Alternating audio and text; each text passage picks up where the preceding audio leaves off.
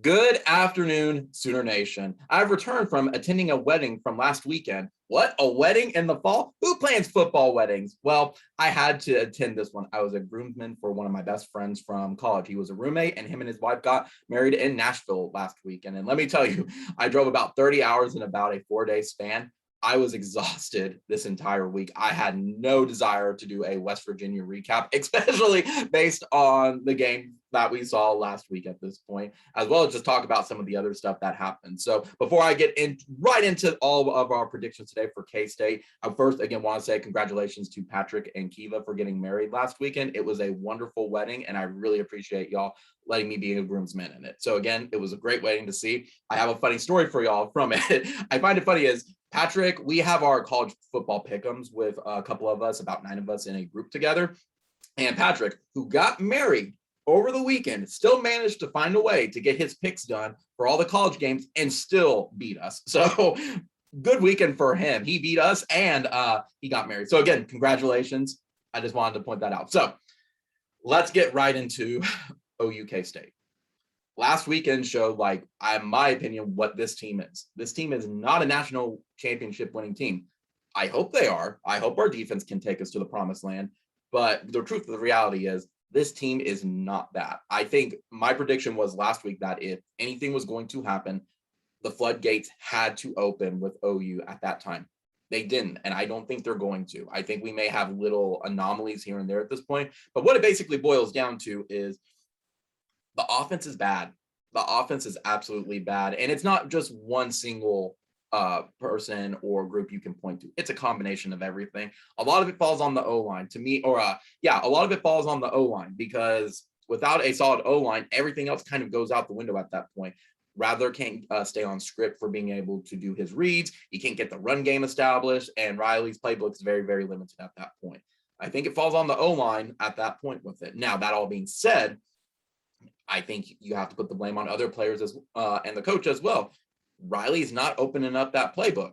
He's just not, and I think he's scared to run his running backs. We've seen it. He barely run them last week. It has been a huge criticism that he's not running Kennedy Brooks. I think Riley's that second part of that blame at that point. I've heard it in some of the press conferences of the fans don't know what they're seeing on the field. We can see what's going on. Water's wet, and we can see that this is not good offensive football, especially with the bar that they had preseason with it. Again, I'm going over some old West Virginia stuff, but it's important going into this K-State game with that because at the end of the day, this offense does not have an identity. The O-line is really, really, really bad. The Rattler has regressed, or he peaked. I don't know. I don't know which one it is. Either of it is, though, is he's just not playing well right now. The play calling is really bad, and they're not utilizing their running backs. The offense is a liability right now, which is kind of weird to say considering a couple of years ago it was the defense. But now the offense is leaving the defense out to dry, and they got to figure it out, guys. You can't keep going forward with this and expect to win a national championship because that dam's going to burst at some point against the defense, and it ain't going to be pretty. I don't think it's going to be against K-State this week, but looking at some other teams on the schedule that we weren't looking at before, I think that's possible.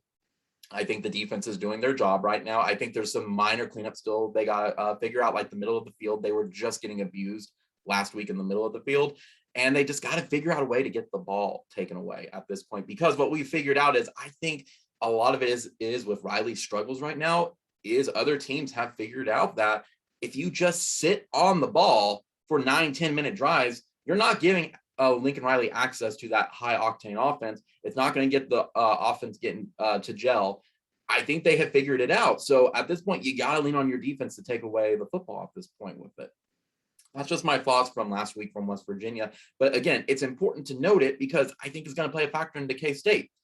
But the fact still remains, though, this week, you are still undefeated. You are 4-0. You're 1-0 in conference play. And this is kind of the first road game of the year. This is going to be their first true test away from home. Yeah, it's kind of crazy to think that their first four games were at home, but because of Tulane's having to relocate to Norman, that was kind of the deal with it.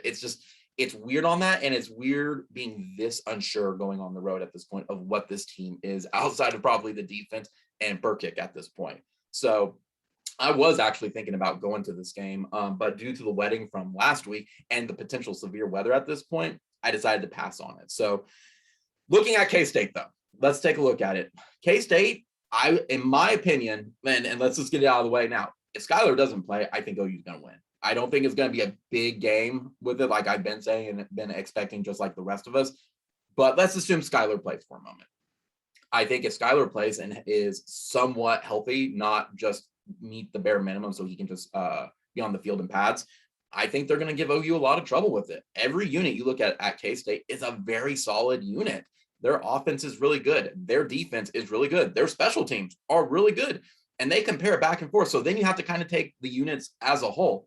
Do I think their offense is better than our defense? No, I don't. I think our defense is the best unit and the best in the Big 12. I think they're going to overwhelm them at that point. Now, if Skylar plays, I think they're going to, again, play with the long ball, and they're going to play with the middle of the field with it.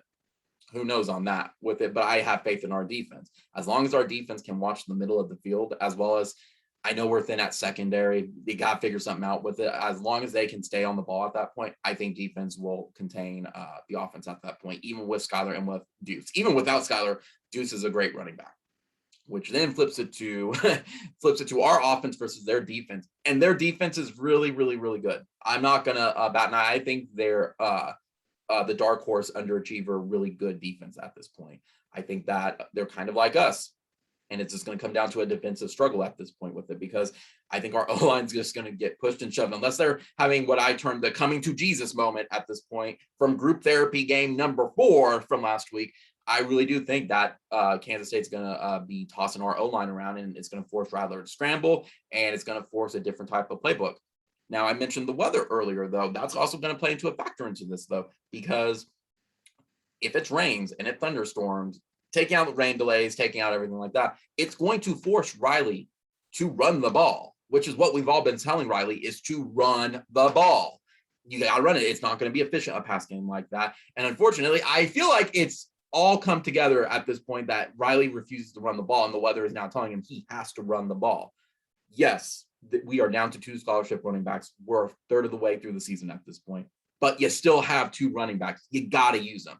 And this is probably the game that they're going to have to, if the weather does not pan out as it should. So this game's important as well, guys, because we haven't beaten K-State in 2 years. This may be the last time we go to Manhattan before going to the SEC. And you got Texas next week. You need to send a message that this team is confident going into Dallas next week and facing Sark's Longhorns. I think this is the game they got to do something. I don't expect floodgates, but they need to look competent. For the offense, I think you got to score 3 touchdowns. You got to get that gel going. You got to figure something out. You also got to make the run game happen. Whether there's weather or not, you got to get the run game involved. You got to get Kennedy Brooks involved. You got to be able to get Eric Gray out into the field. You got to quit using them wrong. You got to be able to use Eric Gray left, right, east, west, not north, south. That's Kennedy Brooks' deal. While we're still on that, I don't know. But you got to get the run game right involved, and you got to get it involved correctly. And I also say, too, you got to make your third downs. That falls back on O-line, and that falls on Rattler and play calling, things like that. You got to make your third downs. Our third down conversion has been horrible this year with it. Maybe we're facing better defenses than we're used to. Maybe the offense is just bad, worse, however you want to say it, than what those defenses are. But you got to convert those third downs. You just have to. You have to. And again, there's one thing they've been doing really well outside of Rattler's mistakes on interceptions. They haven't really turned the ball over, so let's just keep that going. That's what I think the success for the offense is going to be. For the defense, keep doing what you're doing, but you got to watch the middle of the field, guys. You can't keep getting burned that way. That seems to be our Achilles heel on defense. It's those short little middle passes where they're getting a couple yards and it just keeps wearing them out. Additionally, you got to be more aggressive to get those turnovers. If people are going to sit on the ball for 5, 6, 7, 8, 9 minutes, you got to be aggressive and force the ball out and make them stay on and stuff. They need to play at the rate you're going to play, not the other way around. We need to exert our will against the offense, K-State's offense, and it's time. Defense, you gotta step up for that. Besides that, that's kind of what I got at this point. I think if OU takes care of business, well, let me back up. If Skylar doesn't play, OU is going to win. I have no doubts about that. I think the defense is going to take care of business, and I think OU is going to win something like 35 to probably 24. Kansas State does not have an offensive all if they're going with their third string quarterback. If Skylar plays, but he shows that he's still really hurting, I still think it's going to be a closer game. I think I have it at OU is going to win 27-24. I know that's a lot closer, but based on how the offense is right now, I don't have any confidence in them to score above 30 points or even get close to that at this point. I think there's going to be a lot of field goals. I think there's going to be a lot of that. I really do think the big thing is defense can turn the ball over. Offense can't leave them out to dry. They have to score touchdowns with it, but I think it's going to be a close game. And then again, if Skyler does play and he shows that he's marginally healthy, that he's on the field, he's not there just to be there and they're not rushing him back, I do realistically think, and this is my first pick from it, I think K-State would beat OU 35-21. That's my pick on it. If it is, there's 3 different scenarios that are playing out right now. We won't know until game time what they look like. But if Skyler plays and he's healthy, I expect K-State to beat us again for the 3rd year in a row with it. Even though OU has circled this game, even though OU is very aware that they got to get this win from it, they are very aware of what next week is. They could not overlook this game.